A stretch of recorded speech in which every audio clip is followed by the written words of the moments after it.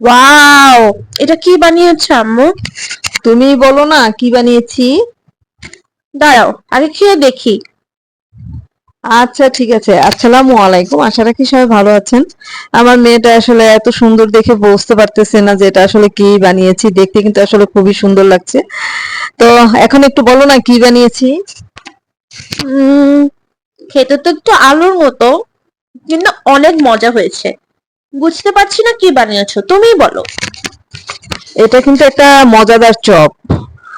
এই চপটা আমি বানিয়েছি আলু সিদ্ধ করে, তারপরে মুরগির যে বুকের মাংস আছে সেই বুকের মাংসটাকে ব্লেন্ডারে পেস্ট করে সেটার ভিতরে সামান্য গরম মশলা, আদা, রসুন, পেঁয়াজ, কাঁচামরিচ বাটা, সামান্য একটু লবণ দিয়ে এটা, হ্যাঁ, কিছু পেঁয়াজ কুচি করে কেটে এটা তৈলের ভিতরে এই পেস্টটাকে আমি সুন্দর করে ভেজে নিয়েছি। ভেজে তারপরে এটা আলুর যে ভর্তা সেই ভর্তার সাথে মিক্সড করেছি।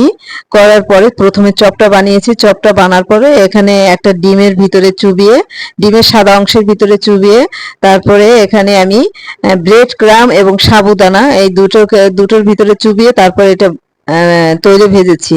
তো সাবুদানাটাকে আপনারা ভালোভাবে ধুয়ে তারপরে সাবুদানা এবং পানিটাকে সম পরিমাণে রেখে ওইটা কমপক্ষে 10 মিনিট সাবুদানাটাকে ভিজিয়ে রাখবেন। তারপরে এই চপটি বানাবেন। খেতে কিন্তু আসলে খুবই মজা, খুবই টেস্ট এবং অনেকক্ষণ এটার মচমচা ভাব থাকে। তো এইভাবে নতুন নতুন রেসিপি আপনারা যারা জানেন না তাদের জন্য আমি নিয়ে আসব। কারণ চপ সবাই বানায় এবং সেটা দেখা যায় একটা কমন জিনিস, কিন্তু আমি একটু ভিন্নতা করেছি এটাই। সেটা হলো আমি চপটাকে ব্রেড ক্রাম এবং সাবুদানা মিক্সড করে তারপরে আমি চপের উপরটাকে আমি সাজিয়েছি। এটা আসলে আমি করে দেখলাম যে কেমন হয়েছে। এখন আপনাদের কাছে প্রশ্ন, আপনারাও দেখে বলবেন।